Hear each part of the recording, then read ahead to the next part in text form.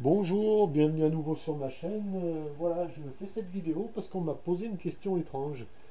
On m'a dit, j'ai plus le truc, est-il possible de fabriquer une machine à bois soi-même? Et si oui, est-ce que c'est correct? Alors je dirais non, c'est pas correct. Faire croire aux gens qu'on peut fabriquer des machines en bois avec justement trois bouts de bois et deux vis, c'est de la connerie totale. Alors on peut faire des bricoles, hein, on peut faire voilà une scie sous table. Moi j'en ai eu une pendant des années, une scie circulaire que j'avais fixée sous une table. Il y a d'ailleurs mes anciennes vidéos, on la voit encore. Alors déjà la défonceuse et la scie sauteuse sous table, on est déjà à la limite du raisonnable, hein. Faut être sérieux, on est déjà à la limite, hein. À la vitesse où ça tourne, ça dure pas longtemps, hein. La précision n'est pas de. Ça peut se faire, ça passe.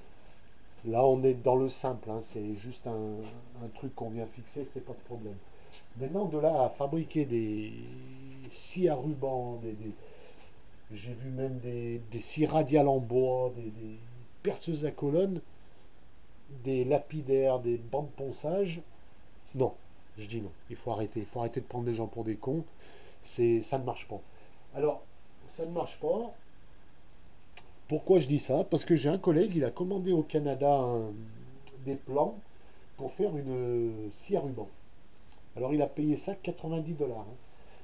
Donc déjà 90 $, c'était le prix d'une scie à ruban toute faite, hein. De plus, il a reçu ça dans une grosse enveloppe de craft. C'est des patrons en fait, c'est des feuilles de papier qu'on vient coller sur le bois. Il y a déjà l'emplacement des trous, on n'a plus qu'à découper autour. C'est super bien fait, hein. Il y a les étapes, c'est étape par étape, c'est super bien fait. Et techniquement, c'est 20 sur 20, hein. Il n'y a pas de problème, hein. Il a tout fait comme il faut. Ça lui a coûté une fortune. Il a fallu qu'il achète des ressorts, des roulements, des courroies, tout un tas de cochonneries. Ça lui est revenu peut-être à, je sais pas, peut-être à 300 euros. Il aurait pu acheter une métabo pas pour le même prix. Au final, ça fonctionne pas. Ça a fonctionné une fois. Il a coupé du bois une fois, la deuxième fois, la lame, elle s'est barrée. Et pourtant, il est adroit, hein, il travaille super bien, hein. Et ça marche pas. Il était dégoûté. Il a réformé tout ça. Il a voulu me donner les planches. J'ai dit garde-les, merci, c'est bien, bien gentil, mais qu'est-ce que j'en fous? Voilà, donc on voit circuler beaucoup de vidéos sur des gens qui font tout et n'importe quoi. Alors c'est pas une critique, mais des fois ça m'interroge parce que vraiment on prend les gens pour des cons. On leur fait croire, on leur fait avaler des couleuvres. De fabriquer des machines avec du bois, c'est n'importe quoi. Il y a des gens qui vont vous coller ils vont entasser des petits bouts de bois de 2 cm² les uns sur les autres, collés, serrés, percés, ils percent 5 trous là-dedans, mais ça ne tiendra pas. Je sais pas, ça. Alors, ça fait le buzz, hein, c'est vrai. Moi, c'est pas mon but de faire le buzz, hein. Je pense que vous en êtes aperçu. Mais si on réfléchit un peu, on se dit, c'est comme si je prenais bah, tiens, ça tombe bien. Ah, c'est comme si je prenais ces 5 plaquettes de bois, je vais les coller, je vais faire 5 trous dedans, et puis je vais mettre ça en pression, en tension, avec une défonceuse qui tourne à 6 000 à 7 000 tours minute. C'est ridicule. Je veux dire, si on a un peu de logique, on s'aperçoit qu'il y a quelque chose qui cloche. Alors on m'a lancé le contre-argument, on m'a dit oui mais c'est un peu des conneries ce que tu racontes. Dans le temps ils faisaient des moulins, c'était tout en bois, les engrenages et tout. Ah oui mais attention, les copains, dans le temps ils avaient des sections de 40 centimètres par 40 centimètres. Le machin il faisait trop de 300 ans, il faisait une tonne. Et puis la précision ils en avaient rien à foutre. Il y avait des jeux de 2-3 centimètres. Là, on veut exiger de coller des bouts de bois pour avoir des jeux au centième. Il y a un pélo qui fait. Putain, il faudrait que je la retrouve cette vidéo, c'est ridicule. Il fait une scie circulaire comme ça avec un bout de contreplaqué qui est dégueulasse. Il vient avec un comparateur millimétrique pour régler son truc au centième. Non, mais c'est à mourir de rire. Alors il fait tourner sa lame, il a son comparateur et il règle je sais pas quoi. Mais dès qu'il met en route son réglage, il est mort. C'est à mourir de rire. Alors, je râle un peu des fois. C'est vrai, quand je vois ça, je râle. Mais ne vous laissez pas endormir par des conneries comme ça. Vous voulez un banc de ponçage, comme je dis, hein, vous faites un clic, ajouter au panier, commander, ça vaut moins de 100 euros. Un banc de ponçage, moi le mien, ça fait des années que je l'ai, celui-là.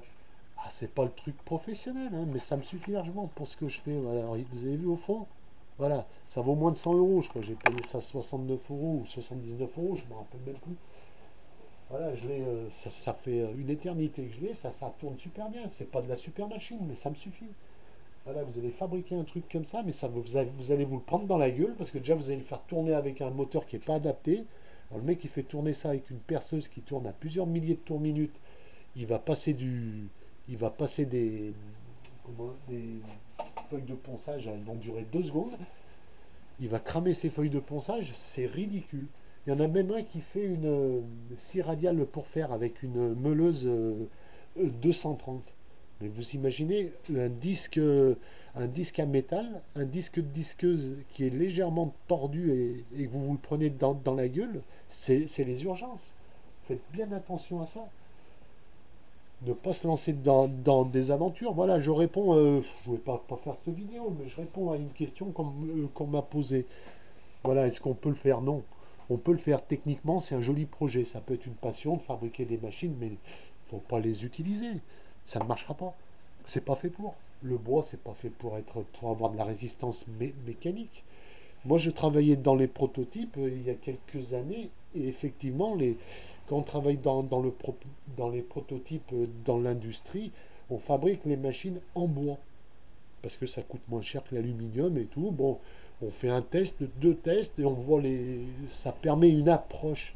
Mais jamais de la vie, nous on coupait des rails de chemin de fer.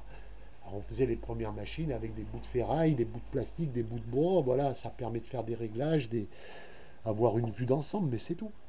Allez, je vous saoule pas à plus et j'espère que je vous ai pas trop découragé si vous aviez l'intention. Enfin, faites-le, hein, faites-le. Faites-le et éventuellement montrez votre œuvre d'art, hein, pourquoi pas, mais ça ne marchera pas. C'est pas fait pour. Avec du bois, on ne peut pas travailler, c'est pas possible. C'est pas fait pour. Allez, je vous laisse. À bientôt pour une nouvelle vidéo.